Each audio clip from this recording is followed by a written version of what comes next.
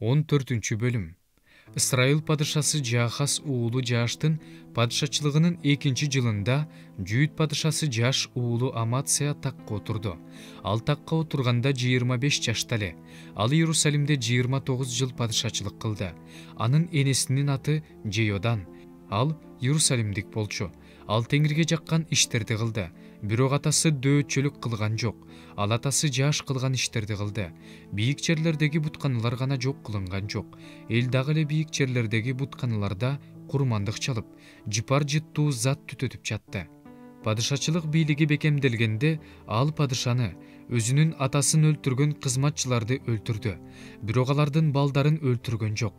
Себеби Теңирдин Муса аркылуу берген мыйзам китебинде балдар үчүн аталары өлүм жазасына тартылбасын. Аталары үчүн балдары өлүм жазасына тартылбасын. Ар ким өз күнөөсү үчүн өлүм жазасына тартылсын деп жазылган. Ал Туздуу өрөөнүндө 10 000 эдомдукту талкалады. Согуш учурунда Селаны басып алып, аны жокто эл деп атады. Ал ушул күнгө чейин ушундай аталат. Ошондо Аматсия Жейунун уулу, Жахаздын уулу Ысрайыл падышасы Жашка элчилерди жиберип, кел, жекеме-жеке беттешебиз деп айттырды. Ысрайыл падышасы Жаш Жүйүт падышасы Аматсияга мындай деп айттырып жиберди. Лебанондо өскөн тикенек ошол эле Лебанондо өскөн кедр дарагына менин уулума кызыңды бер деп айттырды. Бирок Лебанондон жапайы жырткыч келип тикенекти тепсеп салды. Сен эдомдуктарды жеңгениңе текеберденип жатасың. Текебердене бер, бирок үйүңдө отур. Өз башыңа мүшкүл түшүрүп эмне кыласың? Сен да сени менен кошо Жүйүттө өлөт. Бирок Аматсия кулак салбады. Ысрайыл падышасы Жаш аттанып, Жүйүт падышасы Аматсия менен Жүйүттөгү бет шемеште жекеме-жеке беттешти. Ошондо ысрайылдыктар Жүйүттөрдү талкылашты. Жүйүттөр чатырларына качып кетишти. Ысрайыл падышасы Жаш бет шемеште Жаштын уулу, Ахазайдын уулу, Жүйүт падышасы Аматсияны колго түшүрүп, ал жерден Иерусалимге келип, Иерусалим дубалын Эпрайым дарбазасынан Бурч дарбазасына чейин 400 чыканак дубалды уратты. Анан ал Теңирдин үйүндөгү жана падыша сарайынын казыналарындагы баардык алтын күмүштөрдү, идиштерди, ушундой эле туткундаган адамдарын алып Самарияга кайтып келди.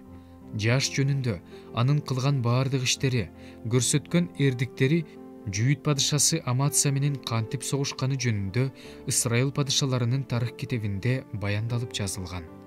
Жаш ата-бабаларына кошулду. Анын сөөгү Самарияга, Ысрайыл падышаларынын жанына коюлду.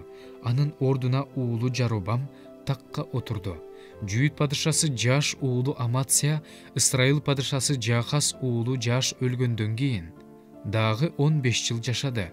Аматсиянын кылган иштери Жүйүт падышаларынын тарых китебинде баяндалып жазылган. Иерусалимде ага каршы чыккынчылык уюштурулду. Ошондо ал Лакишке качып кетти. Артынан Лакишке киши жиберип, аны ошол жерде өлтүрүштү. Аны аттар менен дөөттүн шаары Иерусалимге алып келип, ата-бабаларынын жанына коюшту. Жүйүт эли 16 жаштагы Азарияны атасы Аматсиянын ордуна такка отургузду. Падыша ата-бабаларына кошулгандан кийин Азария Эйлатты кайра куруп, Жүйүткө кайрып берди. Жүйүт падышасы Жаш уулу Аматсиянын падышачылыгынын 15-жылында Ысрайыл падышасы Жаш уулу Жаробам падыша болуп, Самарияда 41 жыл падышачылык кылды. Ал Теңирге жакпаган иштерди жасады. Ысрайылды күнөөгө батырган Небат уулу Жаробамдын күнөөлөрүн кылганын токтоткон жок. Ал Ысрайылдын Кудай Теңиринин Гат Акейперлик пайгамбар Амитай уулу Жунус аркылуу айткан сөзү боюнча, Ысрайылдын чек араларын Хаматтын кире беришинен баштап чөлдөгү деңизге чейин калыбына келтирди. Теңир Ысрайылдын башына түшкөн оор мүшкүлдү көрдү. Алардын камакта отурганда, эркиндикте жүргөн кишиси калган эмес эле. Ысрайылга жардам берер эч ким жок эле.